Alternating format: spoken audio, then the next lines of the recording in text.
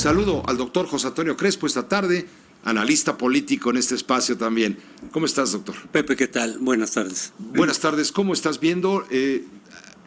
Nos dice el fiscal de Veracruz, no hay que juntar lo judicial estrictamente con lo político. Sí, es inevitable que cuando surge un proceso de estos judicial en pleno proceso electoral, inmediatamente se diga tiene intencionalidad electoral. Claro. Lo hemos comentado aquí muchísimas veces. De hecho, acuérdate que cuando se trajeron precisamente a Javier Duarte de Guatemala, estaba a puerta la elección del Estado de México. Sí. Y también se dijo tiene intención electoral. Y aquí lo que hemos dicho una y otra vez es... Pero la tuvo. Bueno, tuvo un efecto electoral probablemente. Un efecto. Sí, es difícil de medir eso, pero bueno, se podría medir.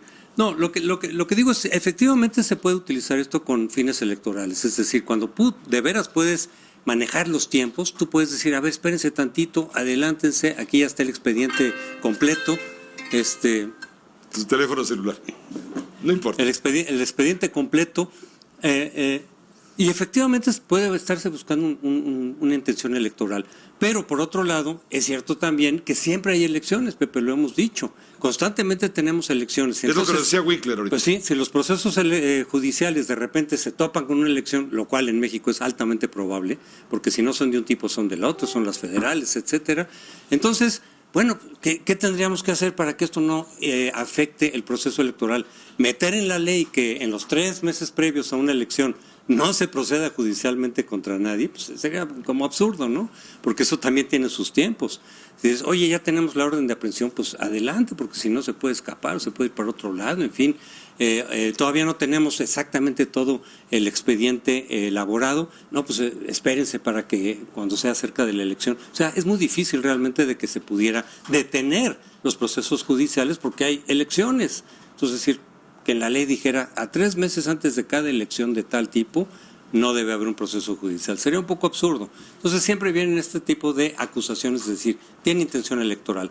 Pero hay que tener mucho cuidado quien lo dice, porque podría estarse implicando que dijera, esta acusación es falsa y solamente la están utilizando o la construyeron para fines estrictamente electorales. ¿Qué es lo que se dijo también cuando la PGR estaba señalando en los medios y informando a los medios sobre el caso de Ricardo Anaya con la PGR? Y ahí lo que dijeron en el frente fue, oigan, si de veras hay un proceso y una orden de aprehensión, adelante.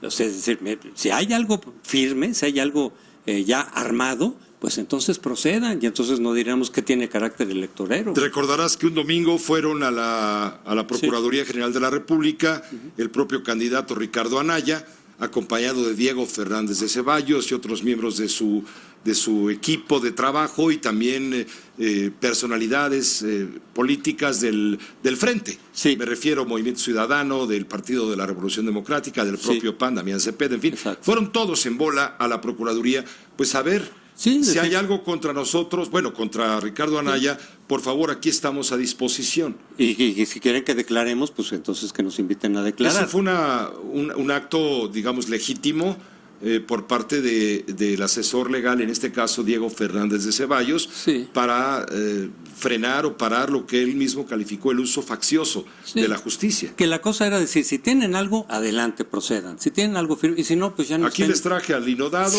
y si quieren meterlo a las rejas, pues métanlo. Y procedan en todo caso. Pero muéstrenme primero de qué se le acusa. Sí, porque si no, mientras lo estén manejando solo mediáticamente, pues sí parece que tiene un efecto electoral. Bueno, ya hubo consecuencias. Sí el Tribunal tuvo. Electoral Sí. ya emitió un fallo en relación con ese hecho, en donde acusó a la Procuraduría de estar actuando de manera equívoca. Y que se saliera, pero además por otro lado vimos que sí tuvo un efecto electoral este golpeteo de todas maneras. Sí, le pegó, claro. Es decir, sin tener todo el expediente armado y sin que hubiera orden de aprehensión, sí tuvo efectos electorales. Por eso es tan complicada esta relación entre los procesos judiciales y las elecciones. Pero aquí, ¿qué efecto electoral puede tener el hecho de que nuevamente salga una acusación contra Javier Duarte, si en este caso el candidato del PRI no compite ante el candidato del PAN, que es el hijo del gobernador, por un lado, Yunes, sí, y el candidato Cuitláhuac, el candidato de Morena? Aquí la presunción es que como la orden de aprehensión viene del gobierno local, entonces se favorecería al partido que gobierna Veracruz, que es el PAN, que sí está compitiendo. Si esta orden hubiera venido del gobierno federal, entonces sí no habría ninguna relación, porque efectivamente ahí no le va a ayudar al candidato priista. Pero dirían, le quieren ayudar el PRI está a mí. fundido en Veracruz, que no te quepa la menor duda. Pero ¿sabes qué dirían, Pero Pepe? Yunes, que es muy hábil para este tipo de mañas, puede leerse que está utilizando este hecho como un efecto que va a favorecer a su candidato, en este caso a su hijo. Y esa es la acusación que se hace.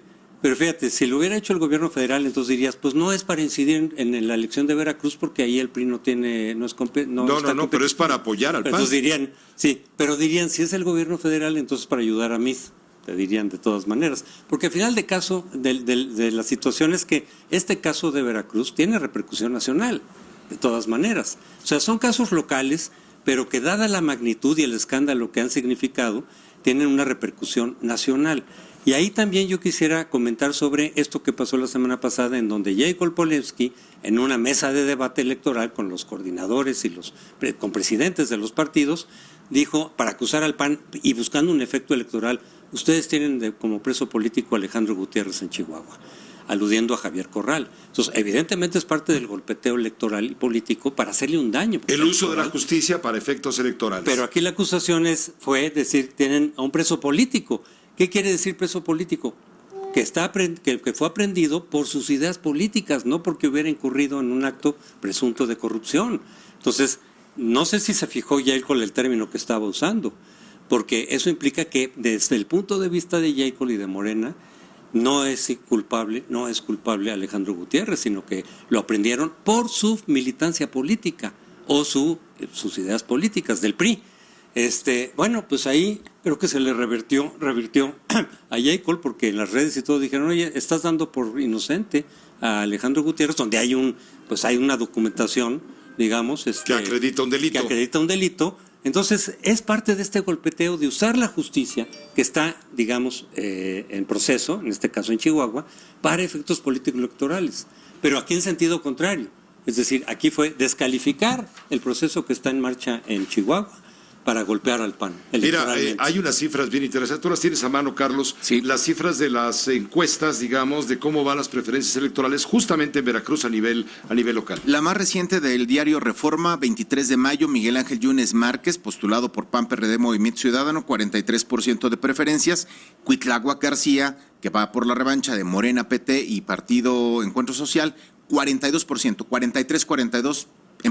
Empatados. Sí. Y del PRI nada, ¿no? José Francisco Yunes, 14%, y Judith González Sheridan de Nueva Alianza, 1%. Los que compiten, pues es una de dos, o Miguel Ángel Yunes Márquez o Cuitláhuac García Jiménez, montado en la ola de Andrés Manuel López Obrador. Bueno, independientemente de la colusión o no colusión, en este caso de la mezcla de la política con lo judicial, etcétera, aquí en todo caso se está tratando de ayudar a la buena actuación del PAN al frente del gobierno en términos de justicia, y eso favorece al candidato de Miguel Ángel Yunes Linares, que es Miguel Ángel Yunes Márquez.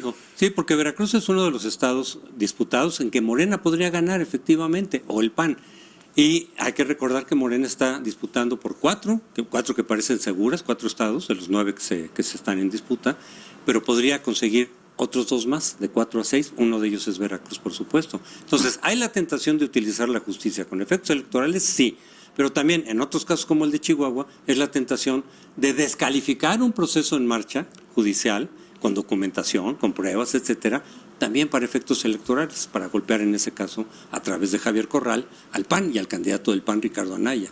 Entonces, pues sí, creo que es inevitable que se den estas situaciones, pero el público tiene que estar muy bien informado para evaluar, antes de quitar los votos o darle los votos a uno u a otro, decir qué es lo que está pasando ahí. ¿Hay elementos jurídicos o solamente se trata efectivamente de un golpeteo electoral o con intencionalidad estrictamente electoral? Pero yo insisto, Pepe, voy a insistir siempre en que no es posible detener los procesos judiciales porque hay elecciones.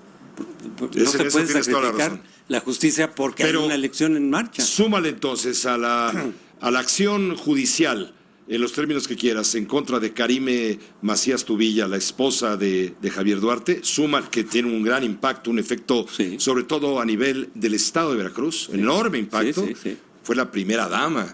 A mí no me gusta eso de primera dama. No, pero porque además es como que hay mujeres en primera y mujeres Sí, en sí, segunda. sí. No. Pero en fin. Pero así es. fue un desfalco enorme de Veracruz. Entonces, 112 claro que tiene millones de pesos, dijimos hace un momento. Sí. Pero a esto súmale la ficha roja en contra del exfiscal Luis Ángel Bravo Contreras por acusado por haber ocultado y alterado investigaciones sobre el hallazgo de restos de por lo menos 19 personas. Sí. Eso es de un enorme impacto, quizá mayor que el de Karime. Sin embargo, el nombre de Karime pesa más Pues sí. que el de Luis Ángel Bravo Contreras. Por haber que es un sido nombre la- importante a nivel local. la esposa de Javier Duarte. Es otro punto, Por claro. supuesto. Entonces sí puede tener una incidencia, sí, desde luego, y sí puede haber la tentación de incidir sobre lo electoral. ¿Por qué? Porque se trata de una elección muy competida. Están prácticamente ahorita en empate técnico y cualquiera de los dos, Morena o el PAN, en este caso nada menos que el hijo del gobernador, son los que pueden ganar ahí. Pero- Y ahora, el efecto, a ver, en esta perspectiva, con esta mirada que tú tienes ahora aquí,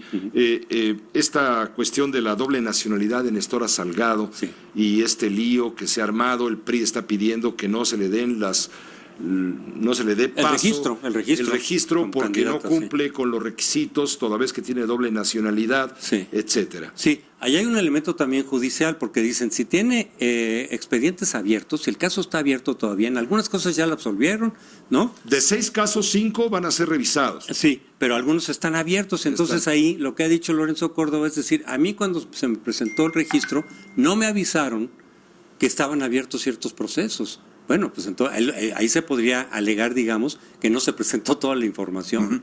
A la hora de cumplir, de presentar que se cumplen los requisitos, se omitió que estuvieran casos abiertos. Eso no quiere decir que sea culpable, lo de los casos abiertos, pero sí es una información que tendría que estar ahí. Y por eso el PRI ahora está impugnando esa misma decisión del INE, de sí registrar a Nestora como candidata para senadora ante el Tribunal Electoral. Entonces el tribunal será el que decida, primero, si los casos abiertos o el no haber presentado esa información es causal de no registrarla, o bien si efectivamente la doble nacionalidad, como dice la ley, no te permite ser candidata. Tendría que renunciar a una de las dos, a la de allá, mejor dicho. Gracias, José Antonio, gracias. Pepe, nos El vemos, doctor Juan. José Antonio Crespo, analista político.